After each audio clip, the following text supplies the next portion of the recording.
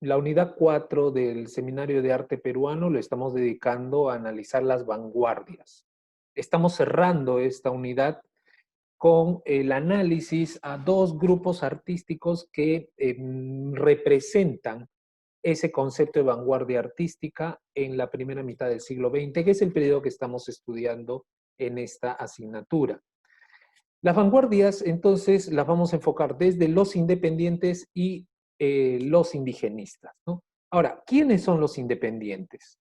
Antes de empezar, analicemos un poquito el contexto rápidamente, el contexto artístico en el que se suscita esta agrupación.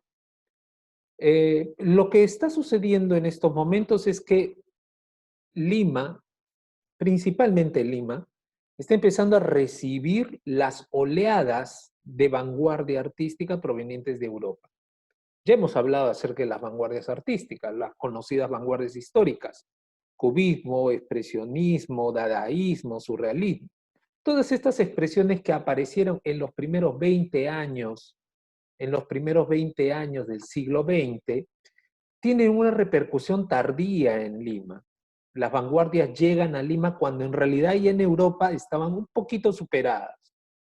Pero bueno, esos sismos han llegado debido también al contexto local, en donde todavía predominaba hasta muy entrado el primer cuarto del siglo, 1925, todavía predominaba el gusto burgués por la pintura academicista. Entonces, esto es interesante porque es un proceso de transformación. Eh, ¿Cómo llega el vanguardismo a Lima? Pues en primer lugar llegan a través de las revistas ilustradas nacionales y extranjeras.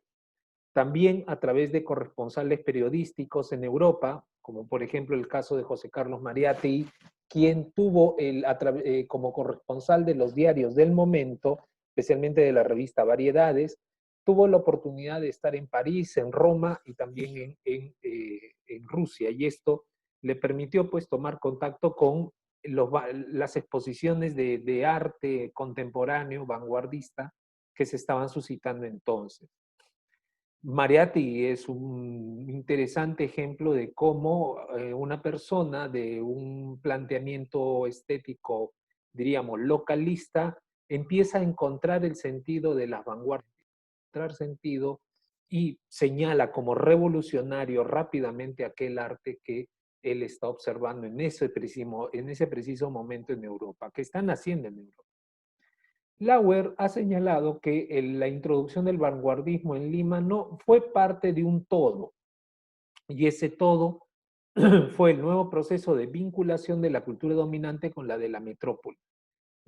Ya hemos señalado en ocasiones anteriores que Lauer desarrolla un planteamiento de análisis para la historia del arte peruano contemporáneo, republicano contemporáneo, un planteamiento de análisis, diríamos, ideológico, en el que sostiene el predominio de una clase dominante que sería la cultura de élite, también llamada la cultura criolla, la cultura criollo, como nosotros le hemos identificado como la élite de la República Aristocrática, haciendo pues, estableciendo como valores culturales predominantes en la sociedad los suyos. Y esto se va transformando en la medida que las ciudades, especialmente Lima, y lo hemos señalado repetidas veces, en la primera mitad del siglo XX, Lima es la que destaca, se está transformando en una ciudad de metrópoli. Está pasando a ser una metrópoli. Una metrópoli supone que hay más gente, pero también hay muchos grupos culturales conviviendo. ¿Ok? En ese sentido, es un choque porque estos grupos culturales están introduciendo sus propios gustos y eso enfrenta el gusto predominante hasta ese momento. ¿Cómo lo vemos esto? En primer lugar, a través de la transformación hacia una cultura de masas. Esto es muy importante, porque lo dijimos en sesiones pasadas, la cultura de masas implica ya no solamente aceptar y de buen grado y como único valor aquello que se viene impuesto, contenidos artísticos, culturales, literarios, es decir, planteamientos diríamos, discursos y planteamientos culturales que vienen desde arriba, sino que hay una transformación porque hay un nuevo gusto y ese nuevo gusto está, diríamos, influido por la presencia de lo extranjero a través de las revistas ilustradas. Ese cambio se va a dar, por ejemplo, con el boom de las revistas de cine y de las estrellas, que en esta época empieza a tener más influencia, además de la radio y principalmente el cine, que son los grandes medios de difusión de la cultura de masas en esta época.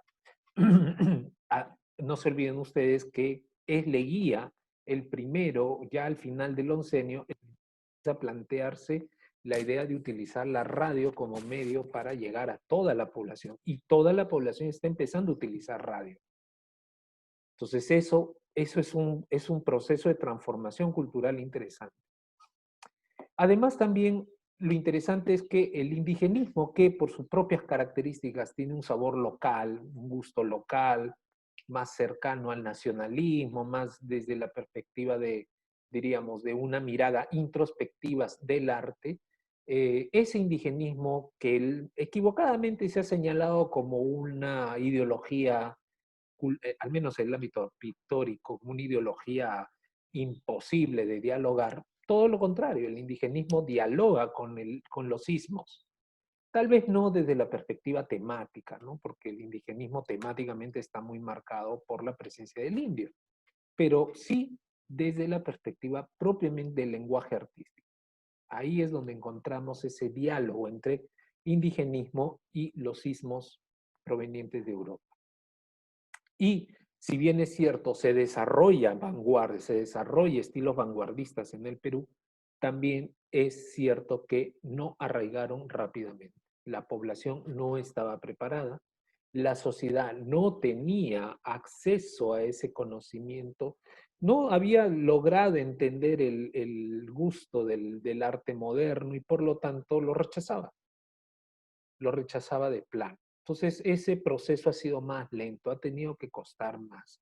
Acuérdense que, como se ha mencionado en otras ocasiones, ya Mariátegui decía que el vanguardismo fue una lucha ideológica, porque tenía un carácter revolucionario, un carácter progresista, que tenía que enfrentarse a una sociedad, a un pensamiento claramente conservador y tradicionalista.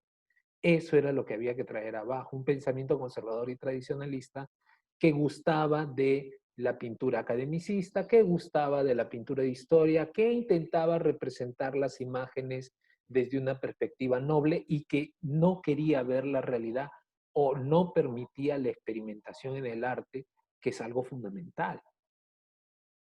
Y a veces uno mira a la realidad actual, y ahora estoy hablando de ahora, hoy, 2020, Piura, y nos damos cuenta que seguimos teniendo estos lastres, porque muchos pintores tienen miedo a experimentar, porque claro, están convencidos de que la pintura tiene un fin puramente comercial. La experimentación tiene un costo y el costo es que no es comercial. Pero si no se hace arte experimental, el arte se muere porque se vuelve algo cotidiano, algo común, algo que ya no tiene valor, que ya no exige.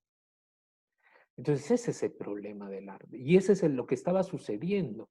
Es conservador y es tradicionalista el gusto a comienzos del siglo XX porque lo fácil era hacer un retrato muy hermoso de una persona, un desnudo, un cuadro, un paisaje, una pintura de historia. Eso era lo fácil, pero no exigía ya al interés, al intelecto. Lo difícil es buscar algo nuevo. Vamos a ver algunos ejemplos, ¿no? Fíjense, esta es una de las obras que más me gustan a mí. Este es un Carlos Quispe Sasín, el título es Alegoría de los Labradores, óleo sobre lienzo del año 28. Quispe Sasín es tal vez el más vanguardista de todos porque además luchó contra corriente, o como se dice, nadó contra corriente, porque cuando imperaba el más fuerte indigenismo y todavía había coletazos academicistas, Quispe Sasín empieza a introducir una pintura moderna como esta. Miren cómo rompe el encuadre. El primer plano de esta pintura, ¿cuál es? ¿Cuál es el primer plano? ¿Alguien que quiera participar?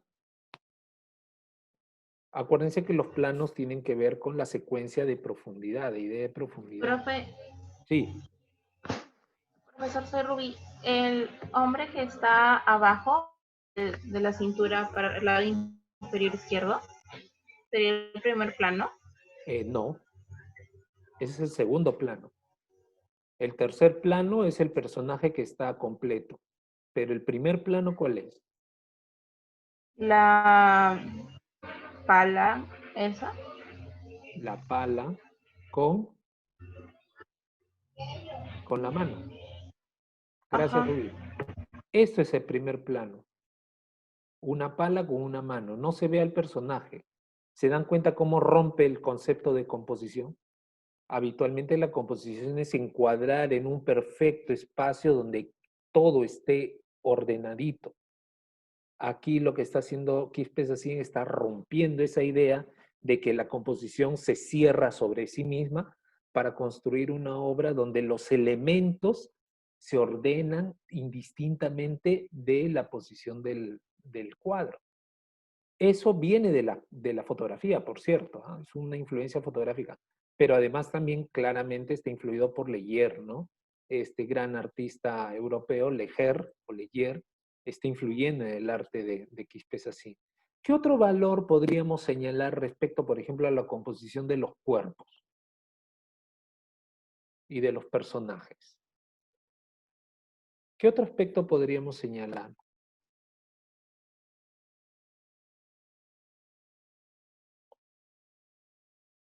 Camila,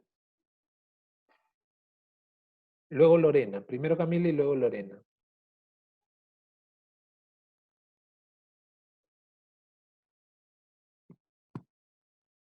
Camila, ya no te puedes escapar porque te he llamado.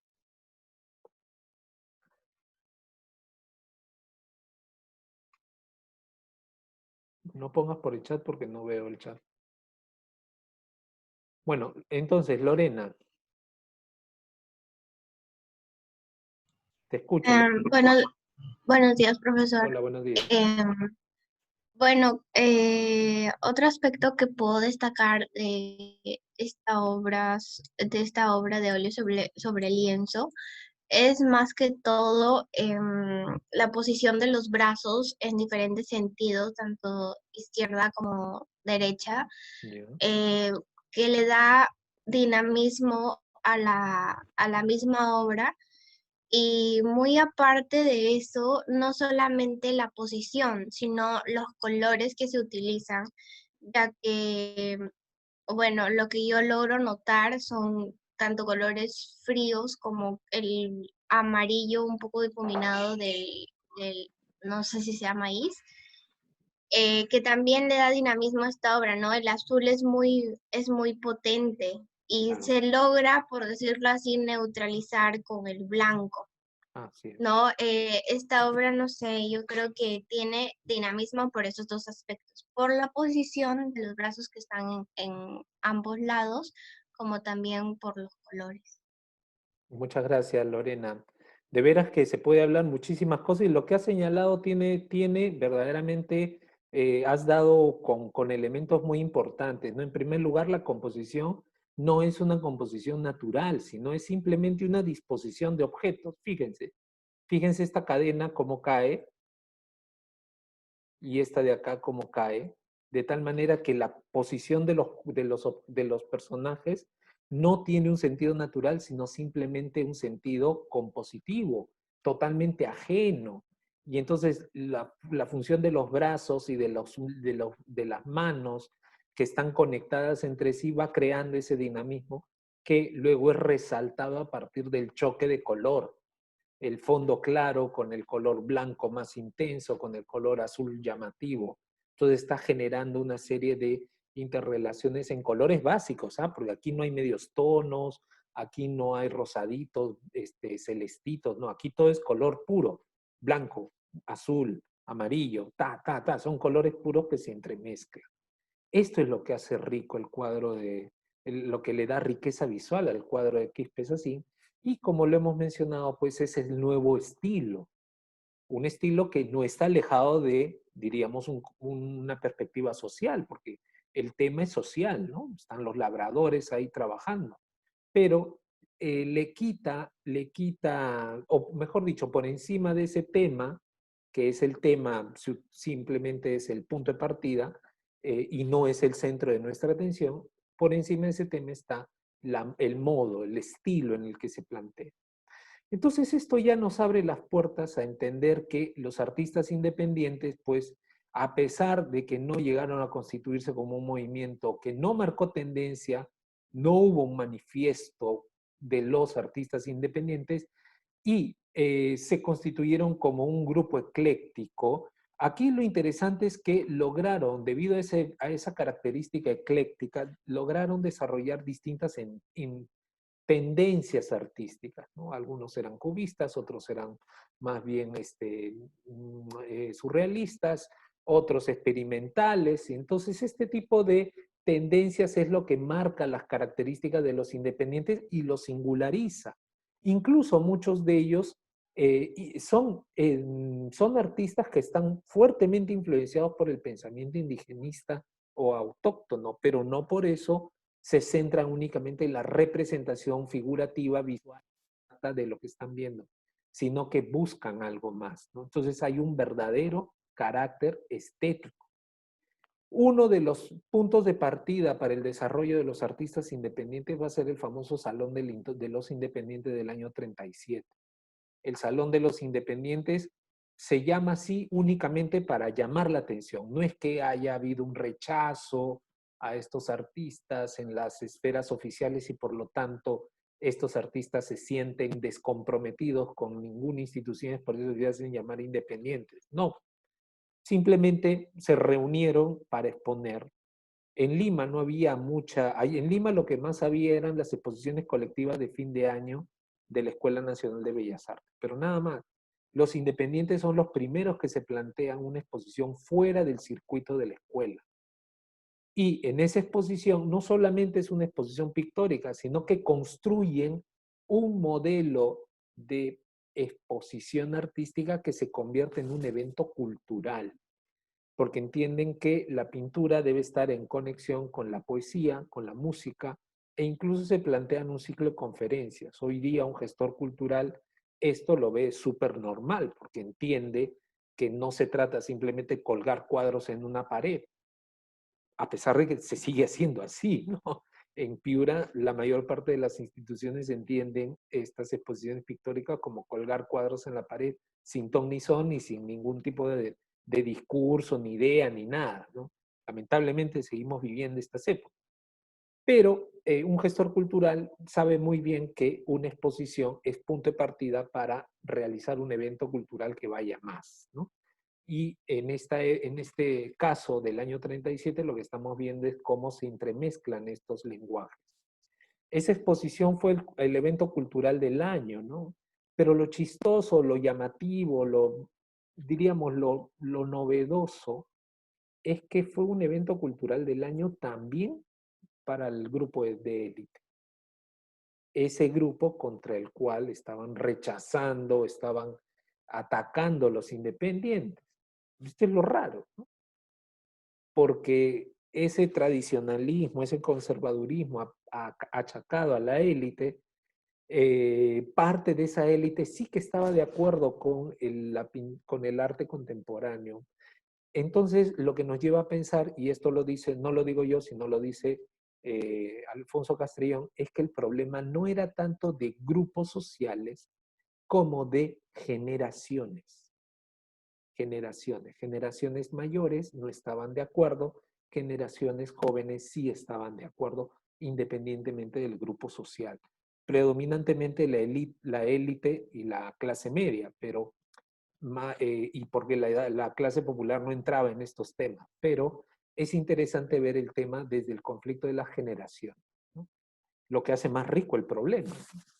Ahora, fíjense en quiénes representaron. Lo llamativo de este salón de independientes es que 37 expositores eran indigenistas, de temática indigenista, y 36 fueron de temática no indigenista. Entonces, interesante, ¿no? 36, perdón, más que expositores, obras. 37 obras eran de temática indigenista y 36 no. O sea, que estaban parejitos. ¿Cuáles fueron los temas más recurrentes? Según Castrillón, que ha hecho un análisis sobre este tema, señala que ahí están señalados los 5 temas más recurrentes. Paisajes andinos, figuración histórica, indios, costumbrismo y paisajes urbanos. Por lo tanto, temáticamente todavía no se ha roto con el academicismo. Todavía no se ha dado el paso para la no figuración. Todavía no se ha creado verdaderamente la ruptura que luego veremos 20 años después con la aparición de la pintura abstracta. Ahorita todavía no, ahorita está como evolucionando en una temática, en una problemática que tiene que ver con estilos y no tanto con temas. El tema predominante sigue siendo el tema peruano. Aquí un aspecto señalado, ¿no? Esto lo vamos a entender cuando veamos la otra parte de los indigenistas. Hay un consciente alejamiento de la influencia sabogalina. José Sabogal es el gran pintor del indigenismo, director de la Escuela de Bellas Artes entre los años 32 y 42. 32 y 42. Por lo tanto, es un artista que tiene mucha influencia sobre los artistas de la Escuela Nacional de Bellas Artes, que en gran medida son los que han expuesto en este salón independiente. Pero lo interesante aquí es que hay un consciente alejamiento de esa influencia sabogalina, especialmente en los pintores que no aceptan temáticas indígenas. De hecho, hay un rechazo a la forma en que la escuela está enseñándole pintura a los jóvenes. Y hay críticas muy feroces respecto a cómo Sabogal está cortando las alas a los pintores. Una consecuencia de esto va a ser la creación de la Asociación de Artistas Aficionados del año 80, que se funda en el año 38. Esta asociación limeña va a ser la primera y la más importante, al menos en los primeros 50 años de vida. En la primera mitad del siglo XX va a ser la más importante institución que va a fomentar, promover, incluso ayudar a la difusión del arte contemporáneo en la ciudad. Esta asociación de artistas aficionados luego se convierte en el Instituto de Arte Contemporáneo, en el IAC. Entonces, cuando hablamos de independiente, ¿de qué estamos hablando? Y esa es la misma pregunta que se hace Castrillón. Con más de la mitad de la figuración autóctona del primer salón, parecería que el título de independiente les quedara holgados. ¿En qué radicaba su novedad? ¿En qué consistía su diferenciación con el grupo del que querían liberarse, de los indigenistas?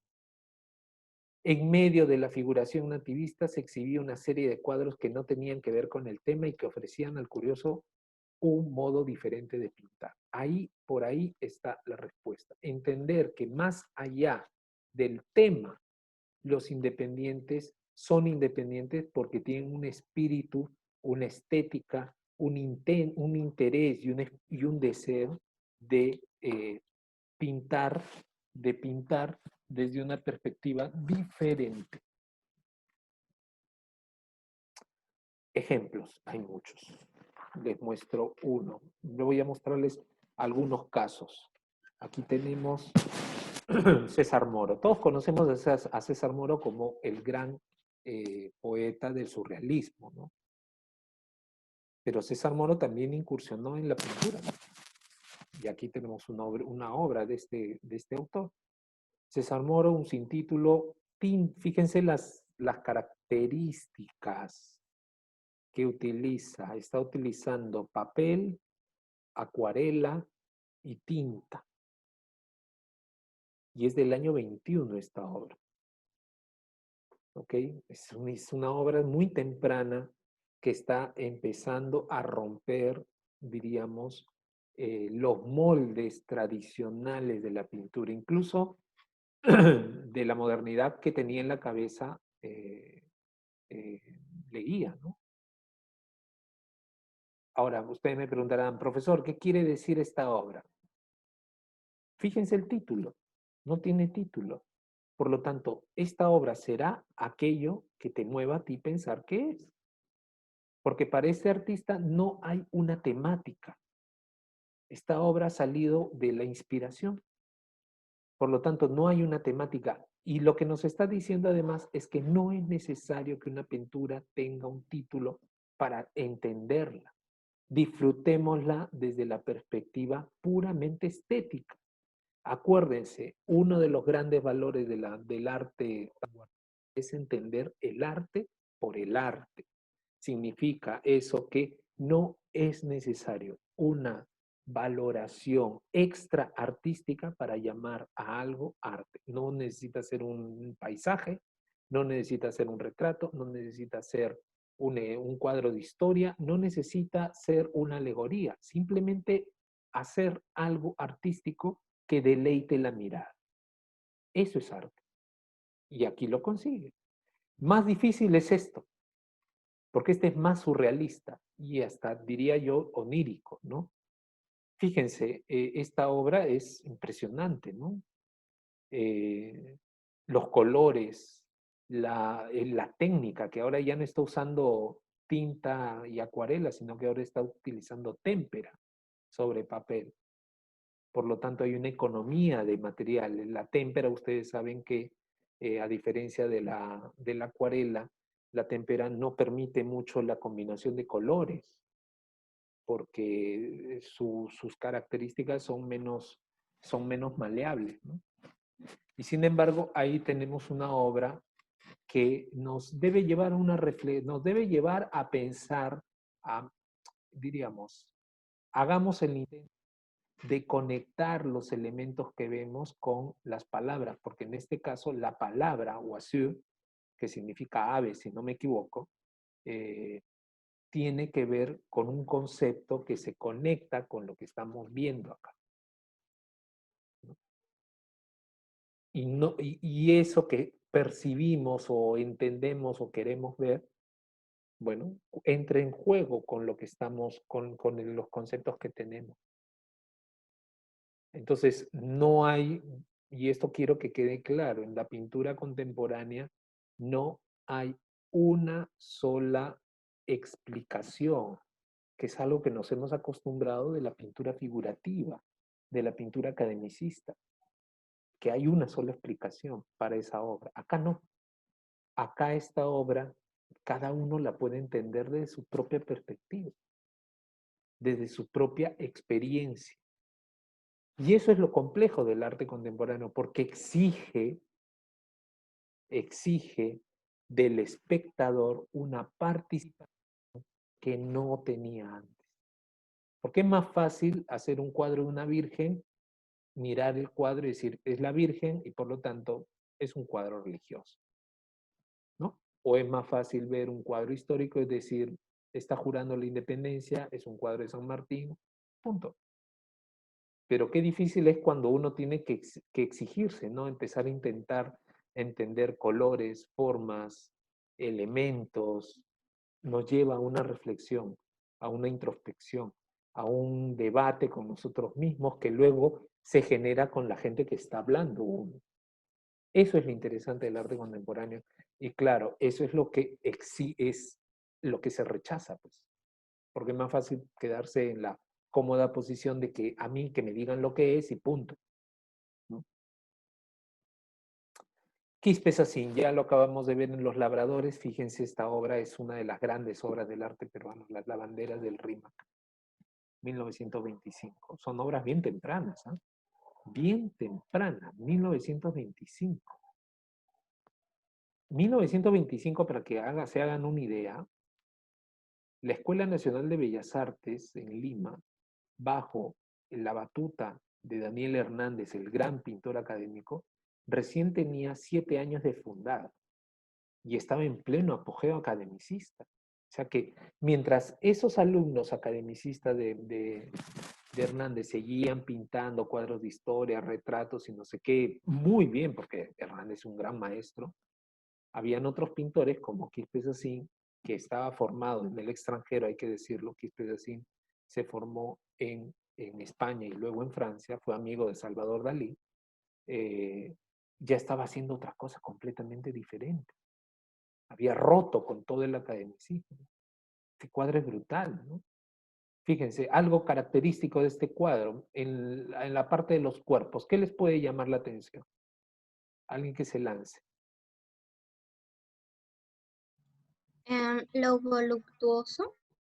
Profesor. Tal vez no es el término, porque lo voluptuoso tiene que ver con formas figurativas. Medalid, buenos días. Buenos días. Podemos hablar de formas, no sé, yo veo geométricas, Formas porque, geométricas. Dime, ¿por qué? por ejemplo, la cabeza de las mujeres, también el cuerpo redondo. Atrás también hay unas líneas horizontales que se deja ver. Acá también en la parte, parece, del agua. Se ven Efectivamente. muchas líneas y muchas formas geométricas. Muchas gracias. Exacto, ¿no? ¿Por qué no es voluptuoso? Porque la voluptuosidad está relacionado con la representación figurativa. Lo voluptuoso no es lo abundante, lo voluptuoso tiene que ver con el cuerpo humano en cuanto cuerpo en sí, ¿no? Aquí no, aquí son formas geométricas, está perfectamente delineado. Fíjense este círculo y este óvalo pequeño. Y los brazos están planteados a partir de formas geométricas. Todo el cuadro es una composición geométrica que las figuras se van encajando. Por lo tanto, aunque el tema sea las lavanderas en el RIMAC, el tema es secundario. ¿De qué estamos hablando en este cuadro? Estamos hablando de composición geométrica. O fíjense este otro cuadro, estos dos cuadros. Pues ya, lo que he querido es mostrarles cómo Quispe mantiene el estilo a pesar del tiempo, ¿no? Este cuadro es de los años 40, cuando ya el estilo se había establecido, y este de aquí es del año 74. Es una de las obras tal vez últimas que tiene, porque Quispe murió en los 80.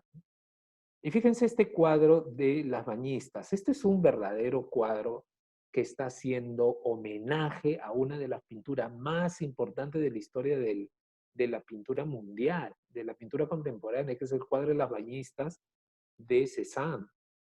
Cézanne en 1904 crea una obra donde aparecen las grandes bañistas, cuadro de figuras femeninas que se están desnudas, se están bañando, y dos de ellas tienen estas posiciones que vemos aquí.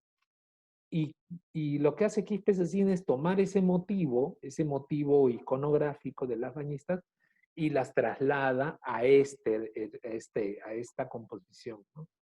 Donde se mantiene ese estilo que vemos. Aunque fíjense aquí cómo ha recargado los valores de tierra, los colores terrosos, el sabor andino. A eso voy, ¿no? Es un cuadro que, a pesar de que sigue estando en la tónica y el estilo de este autor, ciertamente está un poquito más marcado por lo andino, ¿no? Y en contraposición, uno de estos últimos cuadros, La chica de la azotea, una verdadera maravilla, donde incluso el espacio se ha destrozado, ¿no? No sabemos si está parada, echada, sentada, porque fíjense el fondo cómo está inclinado, algunas partes saliendo, otras en movido, otras en diagonal, nada está recto, no está así, está haciendo cubismo. Fíjense esta parte con respecto a esta esquina, con respecto a esta puerta, con respecto a este espacio. O sea, ha roto la idea de profundidad para construirlo a partir de espacio. Y en el centro de todo, el delineado perfecto de este rostro, ¿no? Sostenido sobre una reflexión sobre la figura femenina, que por cierto también tiene sus características, ¿no? Fíjense ustedes la mano es interesantísima como diseño, ¿no? Entonces, estamos pues ante un cambio de forma de sentir, ¿no? Otro artista también importante de esta época es Macedonio de la Torre. Tal vez es el personaje más distinto de todos, ¿no? Y no voy a hablar mucho de Macedonio porque en realidad había una exposición sobre Macedonio de la Torre que al final no ha salido. Y bueno, yo simplemente había puesto un par de imágenes de él. pero me parece interesante que vean a Macedonio desde la siguiente perspectiva. Macedonio de la Torre es un artista que muy tempranamente entra al juego de la pintura moderna. Y fíjense ustedes cómo Macedonio de la Torre rompe ciertamente, o se adelanta con tímidamente también, ¿ah? Pero rompe con el figurativismo, ¿no? Esa pesca nocturna donde son los personajes los que están en oscuridad y no la oscuridad del momento. Esto es bien interesante porque pinturas de pesca nocturna o de caminatas en la noche hay un montón, ¿no? Aparecen los personajes iluminados y un cielo oscuro, casi negro, con estrellas, eso es habitual. Pero fíjense aquí cómo de la Macedonio lo que hace es convertir a las figuras en espectros oscuros. Y además no necesita delinearlos perfectamente, son espectros borrosos, porque es así la noche, donde todo es borroso, no se ve. Está utilizando además técnicas novedosas como el betún. Esto lo hacíamos en el colegio, ¿no? Cogíamos el papel, lo pintábamos de varios colores, le poníamos el betún encima y luego o la crayola, y luego con una punta seca delineamos, ¿no? Y sale el color debajo. Bueno, eso es lo que está haciendo Macedonio, pero en 1920, ¿no? Cuando eso todavía no se había desarrollado como técnica artística. O estas que vemos aquí abajo, otra obra también fabulosa, donde no importa si es verdad o no la representación de la selva, lo que ha adquirido es el espíritu de la selva. Esa idea de lo exótico, de aquello que te abruma porque te envuelve, ¿no? Esa sensación es brutal. Y me parece que es uno de los cuadros más honestos en ese sentido, ¿no? Que nos acerca más al fenómeno de lo propiamente esencial de una obra antes que lo puramente figurativo. Por último, uno de los artistas que rompe verdaderamente la tradición pictórica peruana, Ricardo Grau. Ricardo Grau es el primer informalista, así se le conoce como el informalista. Algunos lo llaman el padre de la pintura abstracta en el Perú. Yo no creo que deberíamos llamarlo así. Yo creo que Grau es un pintor que trae una gran transformación en el momento y va a tener un desarrollo propio, pero creo que no es un pintor abstracto, aunque abre las puertas a la abstracción, ¿no? Ricardo Grau es un pintor que, como Quispe Sacín, ha estudiado toda su vida arte fuera del Perú. Estudió arte en Francia y luego estuvo en contacto con los pintores vanguardistas. Aunque es una generación más joven que Quispe Sacín, Grau es un artista que prontamente captura y entiende la modernidad en el arte. Y bueno, ahí lo vemos en ese bodegón, ¿no? Ese bodegón que sigue un poquito al pie de la letra las consignas del cubismo y de Cézanne, rompiendo el espacio, rompiendo la profundidad de campo, algo que era propio del arte, la perspectiva, desaparece la perspectiva, introduciendo elementos pictóricos, sensibles, más que figurativos, no importa si esos son unas peras, o son unas naranjas, o son unas uvas, o es una botella, si se ve perfectamente como eso es lo de menos. Aquí lo que interesa es ver los colores, cómo se superponen, cómo se interrelacionan. Es un cambio de actitud. No importa, no interesa tanto en dónde está representado, si esto es un exterior o un interior, es una composición, diríamos, una naturaleza muerta, es un bodegón o es algo pintado en natural. En realidad eso no interesa. Lo que interesa es ver cómo el autor ha planteado todo en un primer plano. Todo está en un primer plano secuenciado, algunos están adelante, otros están atrás, pero sin perspectiva, porque incluso las leyes de la perspectiva se están rompiendo en este espacio. Y luego damos al salto ya donde Grau, esta es una obra más tardía de Grau, ya entra diríamos, al discurso del pop art. Ya no está en el ámbito de la pintura, sino ya en el ámbito de los símbolos. Esto que estamos viendo aquí ya es pop art, ya tiene que ver con símbolos, ya tiene que ver con un arte que se ha alejado completamente de la realidad. No es abstracto, sino que es simbólico. Y sobre esa base es que empieza a jugar con elementos, con colores, con formas, con distribución, etcétera, etcétera. Aquí pueden ver ustedes que ya se ha alejado totalmente de la realidad. Aquí todavía está unida. ¿Ok?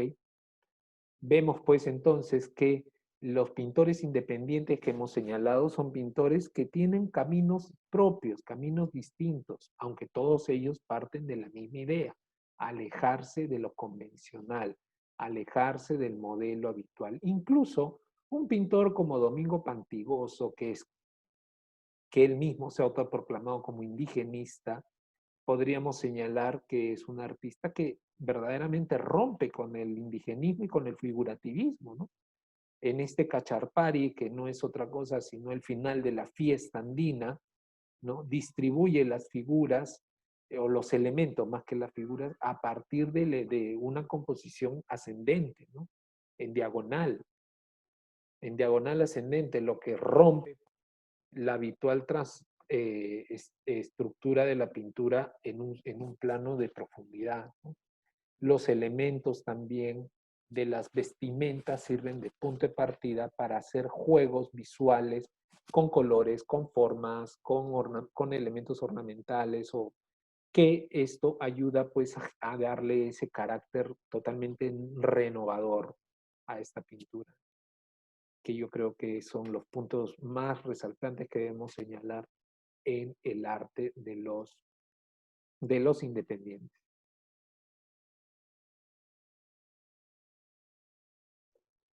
Ahora veamos el otro lado, veamos la otra vanguardia, tal vez con más fuerza, con más proyección en la primera mitad del siglo XX del Perú, que la que tuvo los independientes. Hay que entender entonces que los independientes son un movimiento no cohesionado, son un movimiento ecléctico de artistas jóvenes que cada uno de ellos busca sus propios intereses, algunos conectados con los indigenistas, otros alejados de ellos, pero que tienen en común algo que es muy importante, entender que lo más importante de la obra pictórica no es el tema, sino la manera en cómo se representa, el estilo, la composición.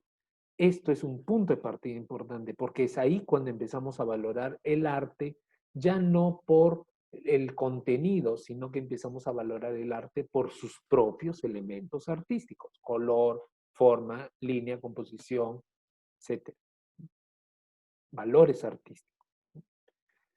El otro extremo son los indigenistas. También son vanguardistas, evidentemente. Fíjense esta obra de Sabugal. Es vanguardia.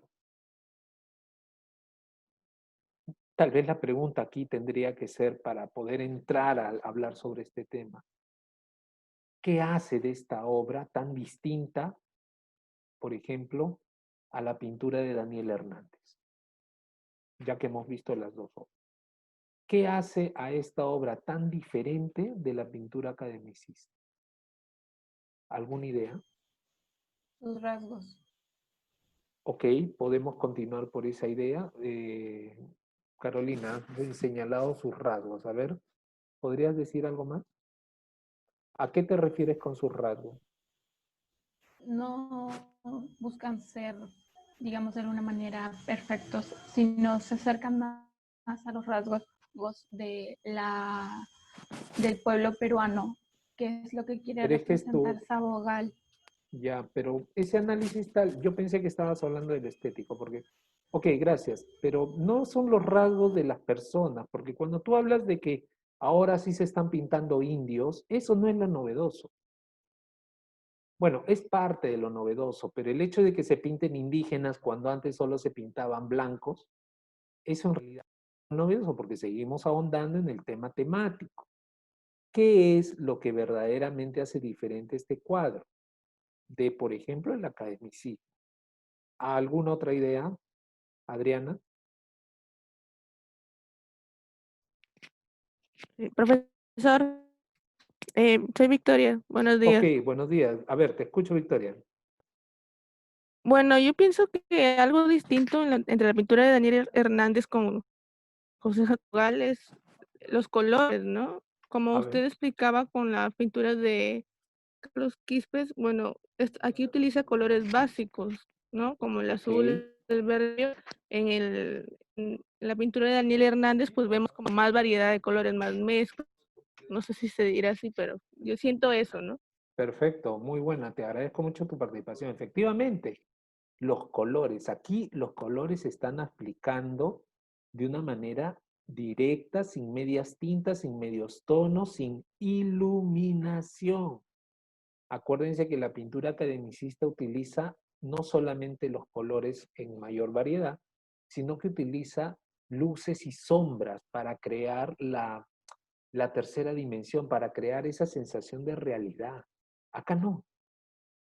Aquí no hay luces y sombras. Aquí la luz cae de arriba, porque lo vemos acá, en la mancha oscura del... Y es una luz tan potente que es tan blanca, tan blanca, tan blanca, tan fuerte, que el cuadro está pegado, es decir, ha perdido la sensación de profundidad. No tiene esa tercera dimensión, es un cuadro, ¿ok? Que no tiene la pintura académica, pues que la pintura académica justamente lo que busca es crear la sensación, la atmósfera de tercera dimensión de las imágenes. Aquí no interesa esos elementos. Entonces ahí ya tenemos una gran diferencia y es por eso que llamamos al indigenismo también una vanguardia, ¿no? Mirko Lauer ha señalado otros aspectos a resaltar, ¿no? Eh, en primer lugar, critica el hecho de que siempre en la pintura del Perú, en la pintura del siglo XIX y parte del siglo XX, lo que haya predominado es la visión burguesa de la realidad con más intensidad que en las otras ramas de la creación, ¿no? La visión burguesa es justamente la complacencia hacia la pintura, esa mirada hacia la pintura desde la otredad, ¿no? De hecho, él pone algunos ejemplos de artistas que están en ese camino. Si no comparemos la plástica desde distintos enfoques, la visión romántica de Lazo, el indio noble de Montero y González Gamarra, la visión naif de Mario Urteaga y, como luego veremos en una exposición o en dos exposiciones, el tema del estilo, ¿no? En Apurrimac y Binatea Reynoso. Vamos a poner ejemplos de cada uno para que ustedes se den cuenta de cómo se va transformando esto, ¿no? Sin embargo, cuando aparece el indigenismo, según Sabogal, rompe con esta visión, diríamos, condescendiente desde el otro lado sobre el indio. El indigenismo es pintar indios, sí, pero como dice Sabogal, con una visión integracionista, como un continuo de creación popular en el tiempo. El indigenismo no es solo pintar indios, es una forma de entender lo andino desde las raíces de lo andino y ya no desde los postulados limeños burgueses. ¿Ok? Veamos ejemplos. Miren, aquí tenemos dos obras de Francisco de Lazo pintando indígenas en el siglo XIX. El habitante de las cordilleras del Perú, el indio alfarero, una obra magnífica que si no me equivoco les pusieron en clase, una obra magnífica, pero fíjense es indígena, ¿no? Ni siquiera es un verdadero indígena porque es un personaje que no tiene rasgos, ¿no?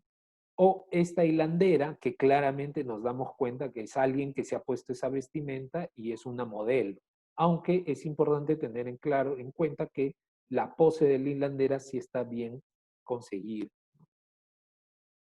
Pasado el tiempo llega González Gamarra, que tal vez es el último gran académico, habría que señalarlo así como el último gran pintor académico. Y además como artista, González Gamarra es impresionante. Es impresionante porque domina una serie de técnicas de una manera impresionante. No tengo otra palabra, bueno, podría decir brutal, pero creo que no se aplica en ese término, ¿no? esa representación del sumo sacerdote. González Gamarra es el autor de esa visión historicista que tenemos del mundo inca. Él es el responsable de haber creado esa imagen del inca y del incario como si fuera un rey píparo maravilloso, ¿no? Lleno de oro, lleno de riqueza, ¿no? Ahí lo vemos, ¿no? La vestimenta del sumo sacerdote, toda llena de oro y elementos dorados, con esas impresionantes capas y esas vestimentas, ¿no? Tremendamente decoradas. Todo esto es pura imaginación, ojo, ¿eh? Aquí no hay nada arqueológico, todo esto es inventado por una mentalidad maravillosa como la de González Gamarra. Y luego también esa escena, ¿no? El almuerzo campestre, donde una pareja de incas, de incaicos, están completamente alegres, tomando su chicha, festejando pues la riqueza de sus prados, fíjense ustedes, esos prados maravillosos, ¿eh? Con los cerros todos marrones en el fondo, y en primer plano incluso el inca aparece, o el personaje indio, aparece vestido con todos los elementos propios, ¿no? Incluso tiene el yauto del Inca, tiene una alforjita al costado, tremenda cruz del sol en el pecho y la macana ahí llena, la macana a un costado como un elemento. Y la mujer del Inca viste con todos los ornamentos. Todo esto es invención, pero es una visión idealizada y romántica, ¿sí? Y noble también del mundo andino. Es un mundo andino rescatado de las crónicas del Inca Garcilaso. Esta es la imagen que tenía el Inca Garcilaso cuando hablaba de los incas. Esta, que no es real, no es la imagen real, es una invención, es una fantasía, ¿no? Porque todo eso no lo sabemos, al menos los datos nos llegan de que tal vez no era tan así como aparece, pero es la imagen que todos tenemos.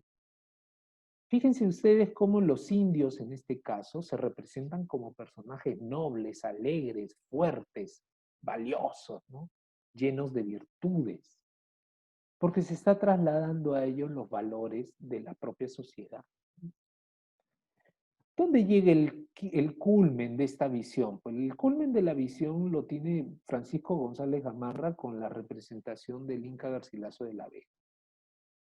Cuando González Gamarra crea el ícono del Inca Garcilaso de la Vega, que es el ícono más importante para este tipo de pintura que llega hasta la actualidad, porque Garcilaso de la Vega se ve así, como lo ha inventado González Gamarra, hemos visto cómo se va también de la mano de este ícono, se va como podríamos decir, como que se va aceptando también esa visión mestiza que recoge Alfonso Castrillón en Tensiones Generacionales, ¿no?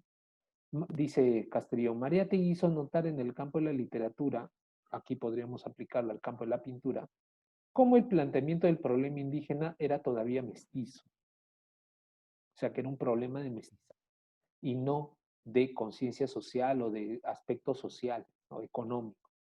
Como una cultura que da cuenta de otra cultura, según la sagaz opinión de Antonio Cornejo Polar, que es un especialista en temas de literatura en el Perú. Entonces, según Cornejo Polar, el planteamiento que sostiene Mariátegui para la literatura y el arte de esta época es que son los otros. Los indios son los otros. Y nosotros, los limeños,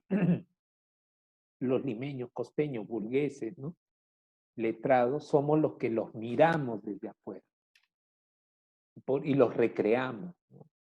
Y esa es un poco la tónica que ha tenido todas estas obras. Por lo tanto, no es una pintura honesta. No es una pintura honesta porque no representa al indígena en su realidad, en su forma veraz, sino en cómo quisiéramos que sea. Eso cambia cuando empieza a aparecer pintores que desde la propia realidad indígena empiezan a pintar. Uno de ellos es Mario Urteaga. artista autodidacta. Y es un artista que está entre el siglo XIX y el siglo XX. Urteaga vive en Cajamarca, es dueño de haciendas y se dedica, parte de su tiempo lo dedica a retratar la vida de los campesinos de sus haciendas, como en esta, ¿no? La captura del abigeo. ¿Hay un tema trascendental aquí? No. ¿Hay un tema honorable de representar? No. Hay una visión de los indígenas, diríamos, nobles y virtuosos, para nada. Es un tema inventado. No lo es. Es la realidad. Y la realidad, ahí lo vemos representado, es una característica de la sociedad de campesina del momento, ¿no? El castigo a aquellos que irrumpen, el castigo, diríamos, físico, con que se enjuicia a aquellos que cometen errores o cometen maldades contra el pueblo, ¿no? Contra la comunidad. Es un tema de la vida cotidiana, tomado directamente de la vida cotidiana, pero que en el pincel de Urteaga se convierte en un gran tema para poder conocer más y más cercanamente a la población campesina, a los indígenas. Ellos son los indígenas y no aquellos otros que se han inventado los pintores del siglo XIX. Y en este camino también aparece Vinatea Reynoso y evidentemente Alejandro González Apurrima. Pero vamos a escuchar unas exposiciones respecto a estos personajes.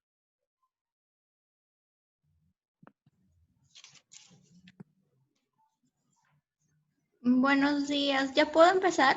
Sí. Vale. Buenos días, profesor y compañeros. Hoy me voy a exponer sobre Alejandro González Trujillo, más conocido con el seudónimo de Apurímac. Antes nos vamos a hacer la pregunta de quién fue Alejandro González Trujillo. Alejandro González nació un 11 de agosto de 1900 en el departamento de Apurímac, para ser más específicos, en la capital de esta, Abancay. Fue hijo mayor de la apurimeña Francisca Trujillo Pérez y del comerciante cantonés Pascual González. Desde muy pequeño mostró interés y habilidad para el dibujo. Podemos decir que su niñez estuvo influenciada por la cultura andina de su madre y la cultura oriental de su padre. Para el año 1908, la familia entera González Trujillo se traslada hacia Lima, dejando atrás su ciudad natal. Luego de esta mudanza hacia Lima, González Trujillo busca la manera de mejorar su técnica en dibujo y pintura, llegando a la Academia de Concha, que por esta época estará situada en los altos del Mercado Central. González Trujillo estudiará aquí durante los años de 1914 hasta 1917. Podemos decir que fue uno de los pintores peruanos más representativos y, sin embargo, menos conocidos del arte plástico peruano del siglo XX. Aspecto que no podemos dejar de mencionar es que representó al Perú en la Exposición Internacional de Artes y Técnicas que se celebró en París en 1936. Para Elida Román, Apurímac es un artista innovador. ¿Por qué innovador? Porque se interesa en el tema indígena local, pero a la vez se da cuenta que son compatibles con renovaciones estéticas, como el cubismo. Es decir, Apurímac no es un artista estético, sino que él siempre va a estar buscando y va a estar jugando con estas renovaciones estéticas que tiene el cubismo. Para entrar un poco en el contexto histórico, ¿qué ocurría con la sociedad limeña del siglo XX? La sociedad limeña sembraba el gusto por una pintura académica, postromántica y conservadora, y existía una oposición a la ruptura temática y formal, que eventualmente se consolidará con el indigenismo.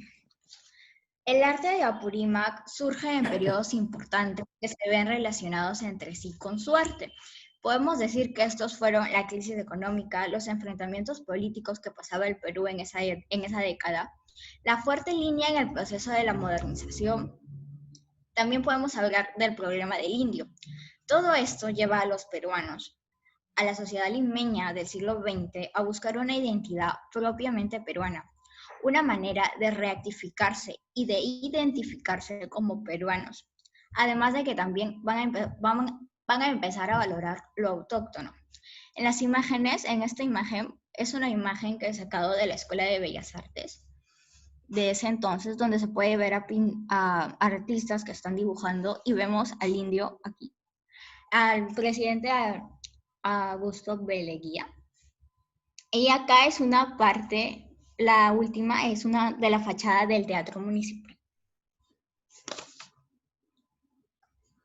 Bien, también podemos decir de que fue un pintor peruano de carácter indigenista independiente, que estuvo influenciado por la vanguardia europea de la década de los años 1930.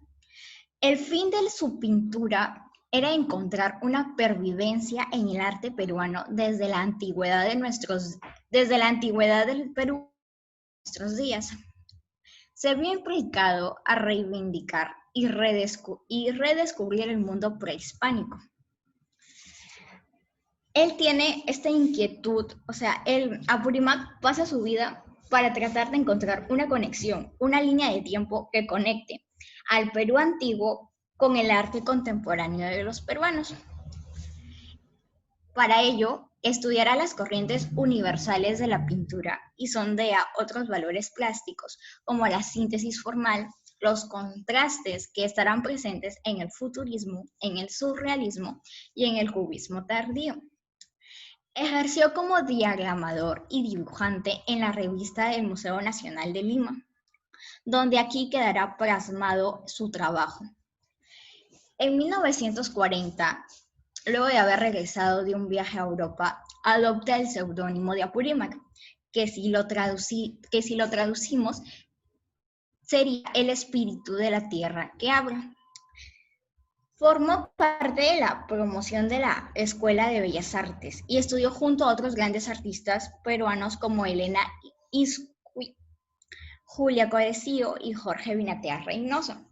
Aquí podemos decir que Apurímac forma parte, o sea, al estudiar con ellos, él también va a dejar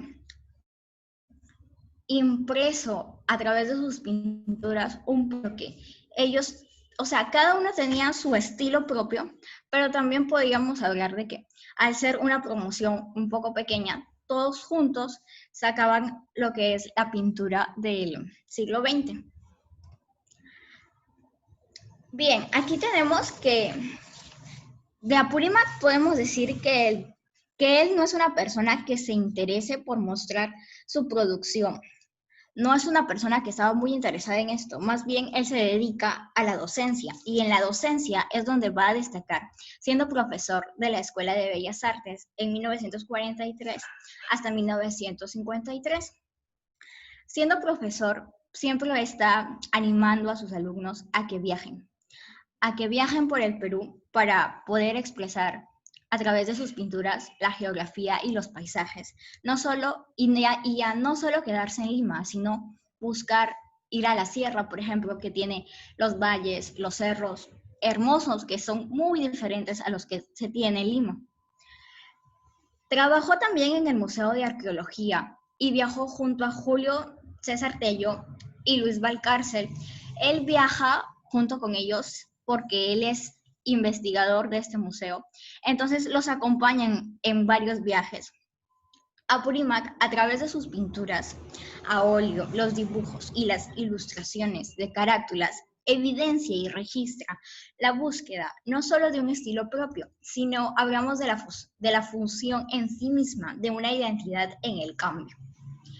Sus planteamientos fueron pioneros en la pintura costumbrista geométrica peruana. También podemos decir que Apurímac pudo pudo haber sido parte del indigenismo junto a José Sabogal, pero en palabras propias de Alejandro González Trujillo, él decide mantenerse independiente para dedicarse a la angustiada búsqueda de las raíces y razones de la autenticidad peruana en su quehacer plástico.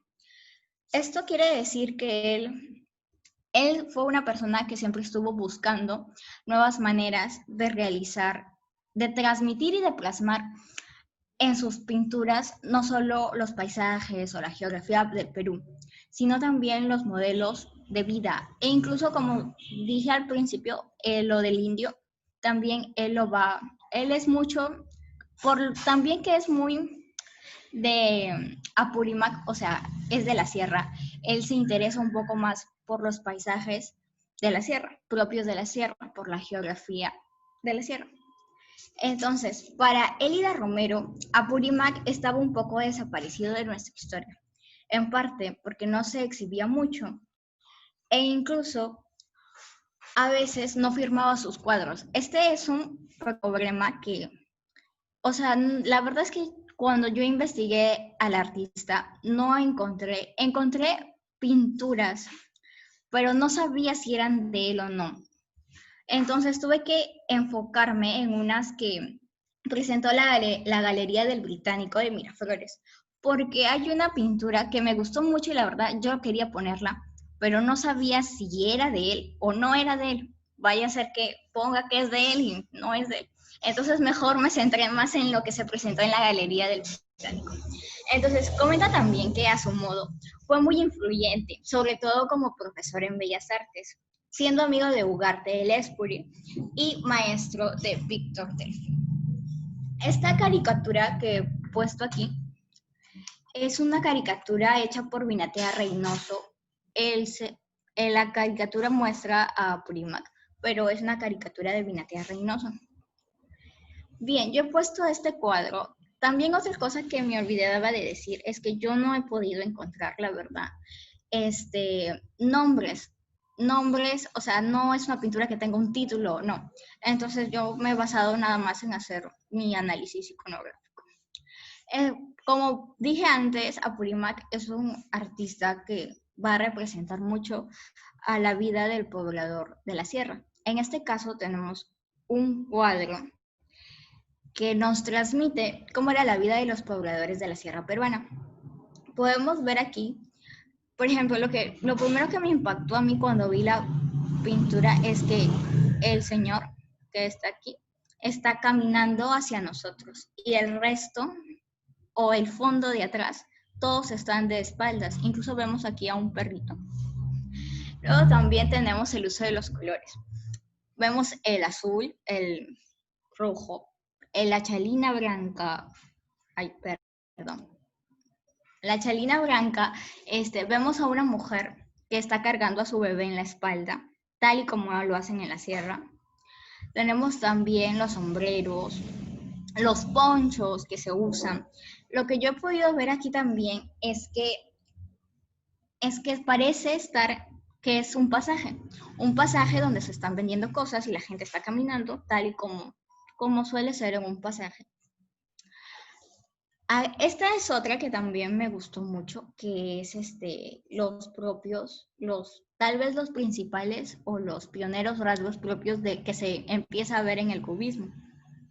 Por ejemplo, tenemos aquí a un hombre de la sierra, que si vemos aquí, esta parte vendría a ser el poncho, aquí vendría a ser su polo, su camisa.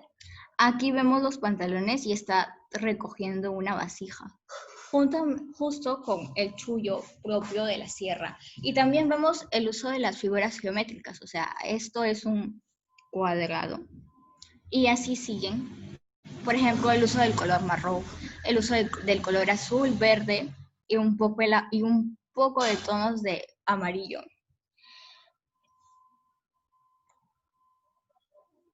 Bien, estos son algunos de los elementos que yo he podido distinguir, pero como ya dije antes, me hubiera gustado saber, por ejemplo, cómo se llamaba o si era una pintura anónima, porque no lo he podido averiguar completamente. La información, además de que él no firmaba sus cuadros, la información era muy poca sobre los nombres de los cuadros o las intenciones que tenían o algunas de estas cosas. Pero quiero terminar diciendo que en el año 2016, la Galería del Británico de Miraflores presenta la exposición del artista Alejandro González Trujillo, uno de los artistas más representativos en la historia del arte peruano del siglo XX. Así es como nombran la exposición, donde van a ver estas dos pinturas que yo he mostrado. Y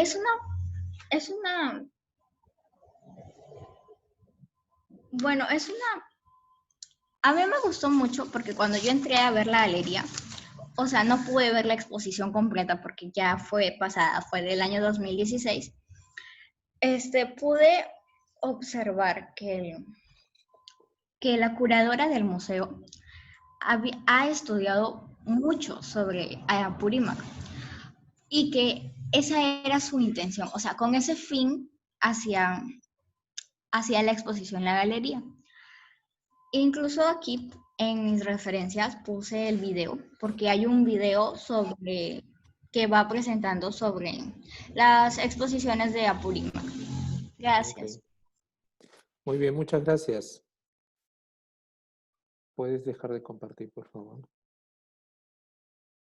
Muy bien, entonces tenemos una visión bastante cercana sobre un artista de esta primera época.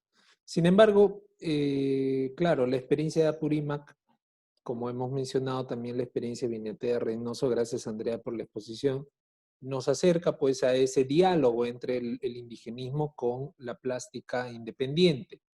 Creo que los ejemplos que nos ha puesto y otros que se puedan encontrar en la web, seguramente el video que también lo he visto, nos da más pie sobre ello, pues nos permitirá entender a este personaje tan poco conocido en la plástica nacional y muchas veces vilipendiado, ¿eh? También esto es cierto. Pero claro, es un punto de arranque del indigenismo, no es el indigenismo en sí, ¿no? El indigenismo hay que entenderlo, ya el estilo en sí, el estilo indigenista, como una nueva sensibilidad hacia esa posición del indígena, hacia ese interés que empieza a tener el Estado y parte de la sociedad por el problema del indio. Un problema que hemos dicho está presente a lo largo de esta primera parte del siglo XX. El contexto en el que aparece el indigenismo como pintura, como movimiento pictórico, tiene su origen en 1932 cuando a la muerte de Daniel Hernández asume la dirección de la Escuela Nacional de Bellas Artes José Sabogal. Sabogal Sabogal era profesor de la EMBA desde el año 22, por lo tanto era un profesor que ya estaba formado dentro y se conocía cuál era su tendencia, no es que Sabogal llegara y recién impusiera su estilo, sino que ya ese estilo se venía trabajando y ya era conocido. Lo interesante es que Sabogal impulsa una transformación importante en la escuela y es introducir una nueva temática. La escuela era una especie de club del academicismo y eso es lo que apunta a romper Sabogal. No, es decir, no es que vote a los profesores academicistas, los permite mantener, pero abre las puertas a otras temáticas y entre ellas la más importante va a ser la del indio, el énfasis en la raza y el interés por los paisajes serranos. A esa tendencia rápidamente, porque esto se visualizó en las primeras exposiciones colectivas, rápidamente la crítica local la denominó despectivamente indigenista, pintura de indios. Sabogal con el tiempo reivindica ese término y dice, sí, nosotros pintamos indios, pero no desde una perspectiva únicamente formal, sino que queremos y entendemos que ese personaje representa la esencialidad del Perú, ¿no? Y es ahí, a través de estas afirmaciones, que él pone un punto de separación con respecto al incanismo, a esa pintura que estaba en boga también en la arquitectura, lo hemos visto en el caso de González Gamarra, ese incanismo, esa idealización del pasado. Ese tipo de pintura no es indigenista para Sabogal, porque para Sabogal el indigenismo tiene que ver con el indio actual, con el arte actual, con el arte popular, es decir, con el arte vivo, y no con las reminiscencias del pasado, ¿no? Teófilo Castillo, ya ustedes han escuchado acerca de él, un pintor muy importante de la época del impresionismo y del academicismo de la segunda generación, vio una exposición de Sabogal antes de dejar el Perú y dejó escrito lo siguiente: acabo de ver las telas pintadas por un joven peruano, es un arte nuevo, refrescado por las brisas de América, de un valor plástico y sincero. Ya verán ustedes, será un bofetón para los imitadores de la pintura europea. Con el respaldo de Castillo, con el interés que él plantea, pues Sabogal prontamente se hizo un nombre en el arte del Perú, ¿no? Los indigenistas constituyeron un círculo, un movimiento pequeño, y estaba constituido y dirigido por Sabogal, ¿no? Artísticamente podríamos decir de Sabogal que aunque él tiene interés por la novedad temática y tiene verdaderamente una transformación en cuanto a la manera de pintar, lo acabamos de ver en el ejemplo de la mujer del Barayó, lo cierto es que todavía Sabogal pues resume mucho del espíritu del siglo XIX en su arte, aunque como grabador fue impresionante. Julia Codecido, mayor que Sabogal, pero verdaderamente una de las seguidoras más fieles del indigenismo. Lo interesante de Julia Codecido es que da pie hacia la abstracción y el cubismo. Teresa Carvalho, otra artista también muy cercana a Sabogal, de raíz indigenista, prontamente fue decantándose por lo contemporáneo. Tal vez de todo el grupo, el fiel seguidor de Sabogal fue Camilo Blas, de todos el que mejor supo seguir los pasos del maestro. Y Enrique Camino Bren, para mí personalmente, él también es el más joven, es una generación mucho más joven que Sabogal. Para mí, en lo personal, me parece que es el artista que mejor configura ese diálogo entre indigenismo con experimentación y con movimientos contemporáneos. Algunas obras que podríamos señalar de José Sabogal, highlights, como se dice, ¿no? Obras claves de José Sabogal son estas, ¿no? Fíjense el Barayoc de Chincheras, es una obra impresionante, ¿no? Como lo señalaron su compañera, los colores. Fíjense cómo Sabogal rompe con esa clave del academicismo de colocar paletas de colores, ¿no? Los fríos por un lado, los tonos cálidos por el otro. No, aquí Sabogal construye la sensación, lo que percibimos en la obra a partir del choque entre los colores rojo intenso con respecto a los colores tierra del fondo e incluso el cielo, ¿no? Y luego también cómo hace evidente el figurativismo. Sabogal no imita la naturaleza, el indigenismo no imita la naturaleza, pero sí es figurativo. La pintura quiere manifestarse verdaderamente figurativa porque es temática, pero no pretende ser exactamente igual a la naturaleza. Por eso el carácter figurativo está muy presente. Fíjense en los colores, ¿no? La construcción de ese cerro con el camino hacia llegar al pequeño pueblo y ahí nomás tocando las nubes, ¿no? O en este caso del paisaje serrano donde aparece esta mujer saliendo de comprar de la tienda y todo esto enmarcado dentro de una serie de colores contrapuestos con una honestidad impresionante, ¿no? La luz que cae directo sobre la mujer, que brilla, que hace brillar la casa que ven ahí ustedes, y luego juega con las sombras, con los demás elementos, nos muestra pues que Sabogal un gran colorista, ¿no? Ya les he dicho que como grabador es impresionante, ¿no? Aquí tenemos obra de Sabogal como grabador. Sabogal era muy amigo de José Carlos Mariátegui, y Mariátegui le pidió que hiciera los diseños para la revista Mauta, la revista de Mariátegui. Y de Sabogal se sabe que tenemos el diseño de del primer número, el famoso rostro del indígena, y luego en el número 5, esa recreación en clave incaica, pero desde una perspectiva completamente diferente al incaísmo que hemos visto de González Gamarra. Y luego estas dos obras, estos dos grabados, el artista vernacular, que no es otra cosa que la imagen de un artesano popular de la zona del centro que está realizando un trabajo en mate. Ahí lo vemos, un trabajo en xilografía interesantísimo. Y esta imagen de la china, la chinita o la cholita, que también es muy, muy simpático, porque de veras, y además de una fuerza expresiva impresionante, ¿no? Porque además tiene todo ese vigor del rostro, ¿no? El rostro cobrizo, el rostro macizo de los indígenas le sirve a él como elemento expresivo, ¿no? Las trenzas negras que se anudan detrás de la cabeza, el cuello alargado, los ojos achinados, la nariz no recta, pues todos estos elementos construyen un ideal, ¿no? Un ideal de representación que es muy propio del indigenismo de Sabogal, un ideal de representación expresionista, ¿no? de robustez y de línea muy, muy fuerte.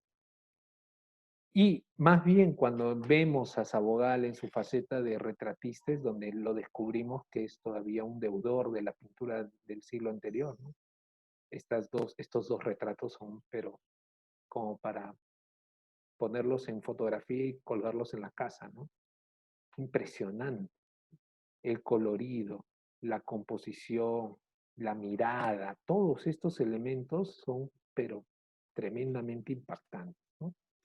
Otros artistas que siguen la huella de Sabogal, y estoy corriendo un poquito porque tenemos 2 exposiciones más, es Camilo Blas, de quien va a hablar en unos momentos compañera.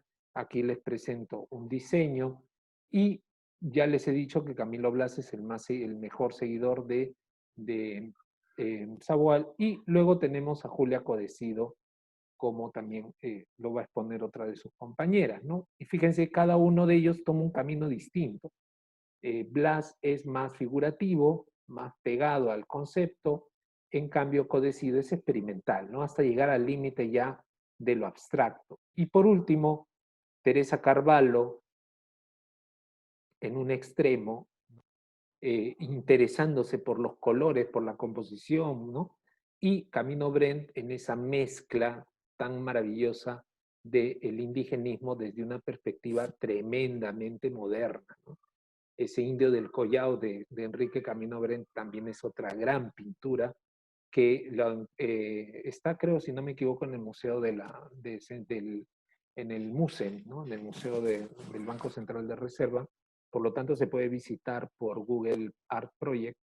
Y como pueden ver ustedes en ese cuadro, fíjense cómo se ha eliminado aquellos elementos que todavía en Sabogal eran elementos figurativos. Fíjense los cerros totalmente limpios de elementos distractores para convertirse en líneas, las casas se han convertido en colores y el cielo es fabuloso. Y frente a esos elementos de casi de abstracción aparece la imagen monumental y totémica del indio con una chalina roja impresionante y que, claro, captura toda nuestra atención, ¿no? Entonces aquí podemos ver que efectivamente el indigenismo no es solamente un planteamiento temático, sino que también fue una puerta abierta al interés, diríamos, a los intereses particularmente artísticos y estéticos de cada uno de sus participantes, y abrió ese canal de lenguaje entre unos y otros. Un error sería pensar que el indigenismo, por el contrario, fue limitante. Tal vez fue limitante en el tema, pero en realidad el tema para estas alturas ya era algo secundario.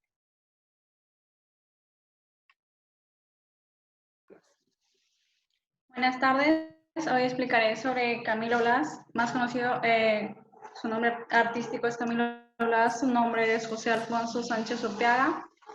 nacido el 19 de marzo de 1903 en Cajamarca. Su esposa es Ana María Siles, de su padre Moisés Sánchez, un abogado muy prestigiado. Mario Orteaga, pintor, su tío, quien influirá mucho para que él tome esta carrera como artista. Estudió en el Colegio de San Ramón de Cajamarca, su estilo indigenista y criollista también. Falleció en 1957. Plasmó sus trabajos en acuarelas, grabados, óleos y retratos, costumbres, paisajes de la sierra y costa peruana. Indigenismo y criollismo serán recreados por él. Bien. Su trayectoria. En 1915, cuando tenía 12 años, pintó su primera obra donde representó un paisaje de la campiña cajamarquina. Ingresa a la Universidad Nacional de Trujillo a los 15 años para estudiar Derecho, que fue muy influenciado por su padre, a pesar que él siempre tenía claro que quería ser pintor, pero decidió, su padre como era abogado, influenció mucho para que él elija esta carrera, y es ahí donde él va a Trujillo a estudiar. En Trujillo se vinculó con el Grupo Norte, un grupo de... Este grupo sería compuesto por grandes exponentes como César Vallejo, un escritor, pintor Macedonio de la Torre y el político Raúl Aya de la Torre. Estos promovían la afirmación de lo localista, lo regional, hacían también grandes debates para reafirmar eso. A conmemorarse los 100 años de la proclamación de la independencia del Perú, participó con un concurso de pintura organizado por la Municipalidad de Trujillo y obtuvo el primer puesto en la obra llamada Mochera. Da la casualidad también que César Vallejo, en el área de las letras, también obtuvo el primer puesto. A fines de 1921, presentó una exposición junto al pintor y escultor Macedonio de la Torre. Dentro de ello habían 14 cuadros, los cuales fueron una temática regionalista y fueron muy bien recibidos. Si bien es cierto, él estaba estudiando Derecho en la universidad, pero también no dejaba de lado su pasión artística, y eso le permitió que al terminar su carrera ya tuviera una serie de cuadros para que él pudiera exponer. En 1921, en la revista Perú, Camilo Blas ilustró el poema de César Vallejo titulado Las personas mayores de la casa, que se trataba de una versión de Trilce, que se publicó en 1922. Poco después, Camilo realizaría una serie de apuntes a carboncillo, donde intentaba representar visualmente los poemas de los heraldos negros de César Vallejo. En diciembre de 1921 firma por primera vez sus ilustraciones con el seudónimo de Camilo Blas. En 1922 llega a Lima para ingresar a la Escuela Nacional de Bellas Artes, el cual estaba bajo la dirección de Daniel Hernández, donde también se encontró con José Sabogal, el cual le ayudaría mucho para inducirlo en la temática indigenista. Al mismo tiempo de continuar con sus estudios de arte, continuaba su carrera de Derecho en la Universidad Mayor de San Marcos. En 1933 fue profesor de Artes Plásticas y durante muchos años en la Academia de Bellas Artes. Fue considerado también el Pancho Fierro Serrano por todas las temáticas, por todos los cuadros y sus representaciones que hacía en él. Bien. En 1955, voy a decir algunos datos generales. En 1955 se trasladó a Cajamarca para realizar murales al fresco. Perdóname, Dalí, ¿puedes ir de frente a las obras, por favor? Porque estás Sí. dando demasiada información que en realidad no es relevante, ¿no? Lo relevante Bien. tiene que ser las obras, ¿ok? Gracias. Sí, perfecto. Voy a ir al análisis y descripción de su obra.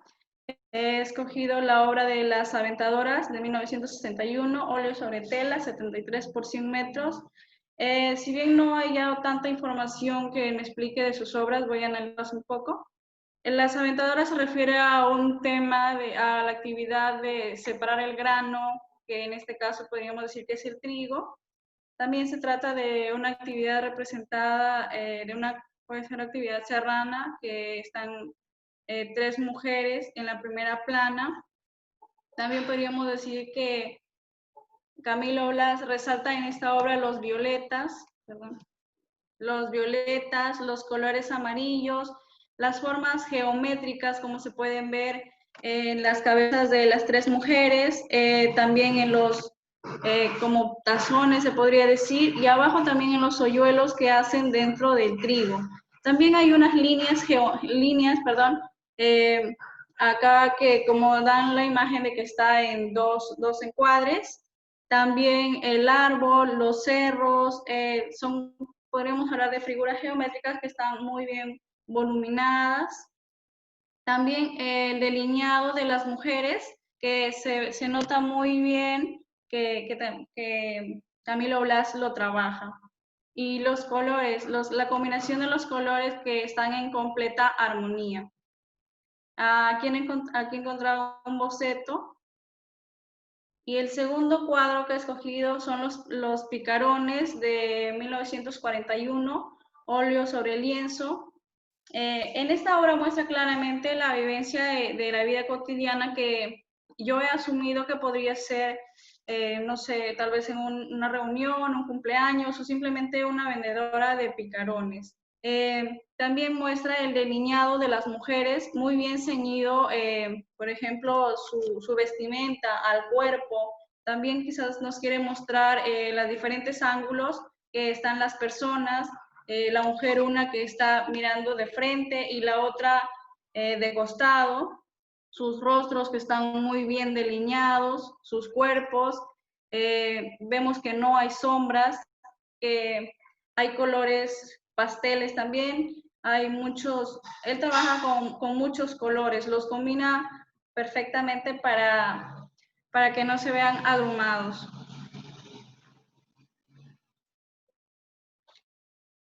Aquí he encontrado algunos bocetos que él ha hecho antes de plasmar la primera pintura, donde trabaja primero una mujer, luego la otra para que los formen un solo cuadro. También quise poner el callejón limeño como una referencia de que en este cuadro combina muchas actividades, por ejemplo, lo que es la mujer, la primera imagen de la pareja que está por bailar o bailando, la que está tendiendo la ropa, también de los que están con la guitarra, que era una actividad que se realizaba en los callejones en aquella época. Y también los niños jugando, se puede decir, bolichas. Bueno, esta es mi biografía. Y no sé, eso sería... Pues chévere. Muy bien. Buenos días, profesor.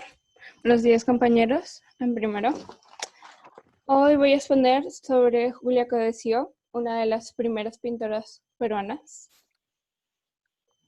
En primero, Julia Manuela Codesio Estenos nació en Lima un año después el mismo año en que finaliza la guerra con Chile, para ser más exactos, el 5 de agosto. Era hija de Matilde Estenos y de Bernardino Codesio, que además de ser jurista y diplomático, era pintor aficionado. Ella fue la segunda de los 3 hijos de este matrimonio. Ella tenía 2 hermanos, su hermana mayor Matilde y su hermano menor José. Realizó todos sus estudios primarios y secundarios en el Colegio San Pedro y hasta los 16 años vivió en el Perú, cuando en 1900 su familia se muda a Europa debido a que su padre es nombrado cónsul del Perú, primero en Lausana y luego Burdeos, Liverpool y Le Havre. Durante este tiempo, Julia Codesio va a desarrollar lo que es su pasión por el arte debido a 3 eventos importantes. Su padre desarrolla una amistad con el pintor Edgar Degas. La visita que realiza al Prado, en donde queda impresionado por Goya, Greco y la escuela flamenca, y su contacto con la Belle Époque. A Julia Codesio la podemos categorizar en tres etapas. Ella tiene una etapa academicista, una etapa indigenista y la etapa de la síntesis. La etapa academicista es durante su retorno al Perú, en el que ella entra primero al taller de Teófilo Castillo y luego entra a la Academia de Bellas Artes, en ese momento dirigida por Daniel Hernández.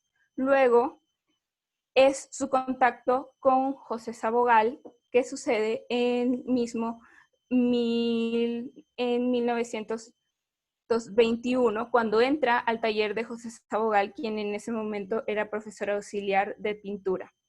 Luego, la etapa de la síntesis de Julia Codecido es después de la muerte de Sabogal, donde ella se separa, digamos, se distancia, mejor dicho, de los indigenistas para irse hacia una etapa más abstracta.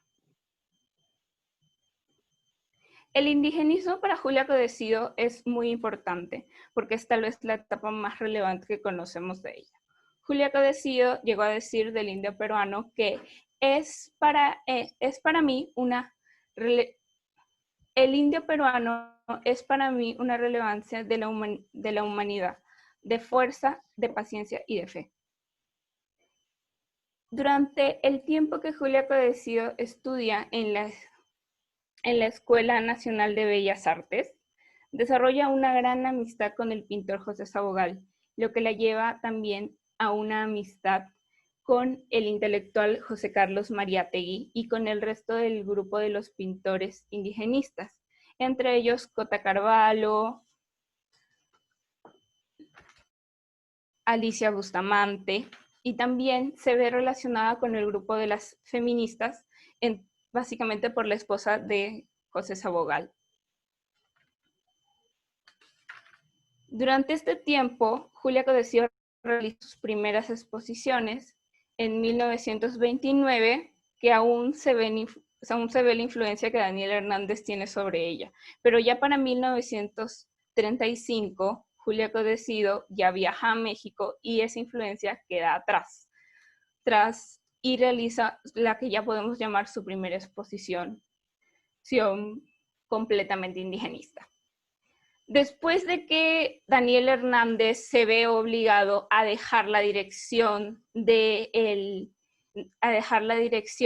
Julia Codecido también deja el que era su puesto de profesora en la Escuela de Bellas Artes, en apoyo a él. Así quedan... Ay, perdón, me confundí, lo siento. Después de que José Sabogal deja su puesto como director de la Escuela de Bellas Artes en 1943, Julia Codecido deja su puesto de profesora en apoyo a él. Así que Sabogal la invita a ser parte del Instituto del Arte Peruano. Es ahí donde ella realiza distintos viajes al interior del país, donde recolecta dibujos, silografías, acuarelas y óleos. Las obras de arte de Julia Codecido que yo he visto son, por ejemplo, el diseño que ella hizo de la carátula de 7 ensayos de interpretación de la realidad peruana para José Carlos Mariátegui. Esta es una representación cubista de la cultura chiribaya, de donde viene Mariátegui, de donde procede Mariátegui, que es Moquegua. Podemos ver que no necesita de luces y sombras para poder darnos un efecto de profundidad, y la letra se transforma en parte de la obra, lo que nos da un efecto de unidad y al mismo tiempo de abstracción en ella, lo que ya nos denota lo que va a hacer Julia Codecido en el futuro. Luego está Los Tres Jefes Indios, que ya es previo a que Julia Codecido se separe de los indigenistas. Es de 1950, es óleo sobre tela y actualmente está en la Pinacoteca Municipal Ignacio Merino en Lima. Este es parte del inicio de su síntesis. Esta demuestra la fuerza Esta demuestra en los tres personajes indios la fuerza que ella veía en los incas. Tiene una fuerza, profesor, tengo problemas con mi micro. Tiene una fuerte calidad del color,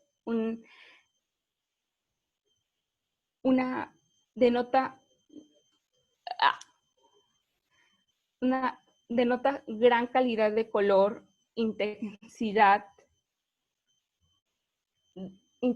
en la forma y un trazo fuerte que ella misma transmite en esto.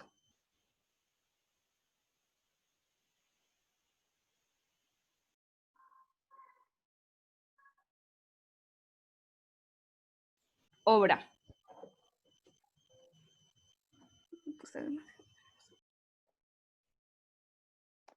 Ok, muy bien. Muchas gracias, Carolina, por la exposición. Bastante completa. ¿Podrías dejar de compartir, por favor?